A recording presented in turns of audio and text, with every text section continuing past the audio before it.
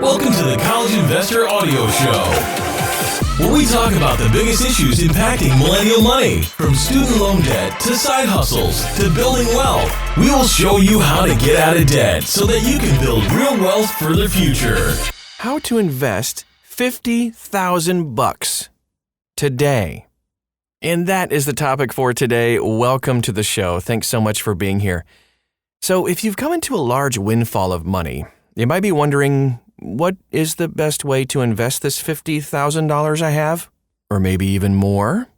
With such a large amount of money to invest, you have several different options. And there's not a single right answer, by the way, that's going to work for everybody. Instead, what works for you is going to depend on your own unique situation. But being aware of the different options you have can help you make the right and best choice for you. Now, a couple things to look at before you invest. Before you start investing your money, there are a few things you're going to want to make sure you do first. Your emergency fund.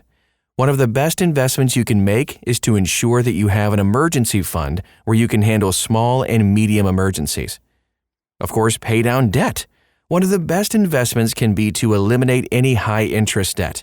Paying off the balance of a credit card at 24.99% interest, it's just like getting a 24% return by investing in the stock market. Seriously, make a plan. Investing haphazardly without having a plan is unlikely to be very fruitful. Start a monthly budget, determine your overall risk tolerance, and decide what your long-term investment goals are. So now, that said, here are 7 places to invest $50,000 today. Once you've taken care of those steps I just listed, here are 7 areas you just might consider for your next investment. Of course, the first thing we'll look at is investing in an index fund. One popular way to invest in the stock market is by purchasing shares in an index fund. An index fund is a type of investment that mirrors the makeup of a particular sector of the stock market. The S&P 500 is a popular index fund, and there are several different funds that mirror its performance. Investing in an index fund can be a great way to diversify your risk while still capturing the broader gains of the market. You can also buy individual stocks.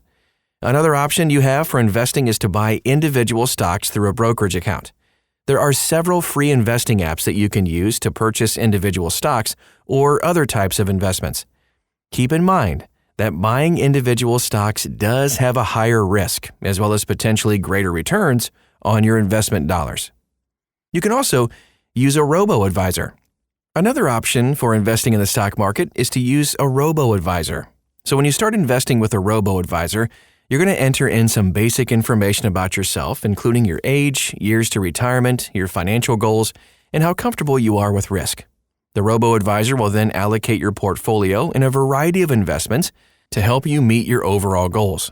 You can check out a list we have of the best robo-advisors and get in-depth reviews as well to help you get started. That's at thecollegeinvestor.com, right inside this article. Real estate. So it makes a lot of sense for most people to focus the majority of their investments in the stock market, but real estate can be another avenue towards passive income and long-term wealth. It is possible to invest in real estate without a lot of money, but if you do have money already, it can make things a lot easier. $50,000 is probably not enough to outright buy a home, but it might be enough for a down payment on an investment property.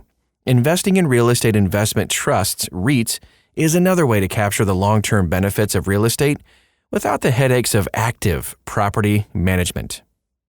Save for your retirement. This is another thing you can do. You can invest in the stock market in a variety of different types of accounts. It's smart to invest in a tax-advantaged retirement account too. This might include a traditional or Roth IRA or a 401k plan through your employer. Depending on the type of retirement plan you invest in, you might be able to get a tax deduction this year or have your investments grow tax-free until retirement. You can also fund a 529 college plan. All right, so another way to invest in a tax-advantaged manner is with a 529 college savings plan. 529 plans are a way to save money for higher education expenses. You can invest money in a 529 plan and have the earnings grow tax-free as long as you withdraw them for qualifying higher education expenses. Many states offer tax benefits for contributing to a 529 plan, so be sure to check the laws in your state. Start your own business.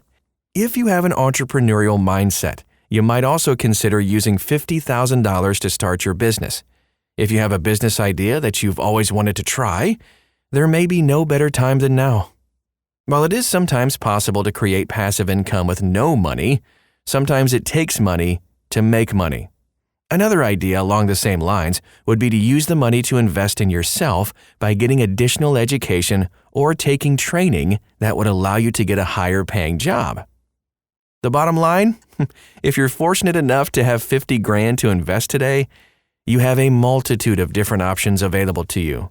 But before you invest, make sure you've taken care of some of the basic steps of financial healthiness, like starting a budget, creating an emergency fund, and paying down high-interest debt. Then, talk with some trusted friends, family members, or financial advisors to figure out how comfortable you are with risk and which investments might make the most sense for you. And that's our show for today. I hope that gave you some really good ideas. If it did, you think this could help someone else, please just feel free to share this podcast with them as well. You can also copy and paste the title of this podcast right in the search bar at thecollegeinvestor.com and dive in a little bit deeper into some of the different things we talked about today. Thanks so much for stopping by, and we'll talk to you again real soon.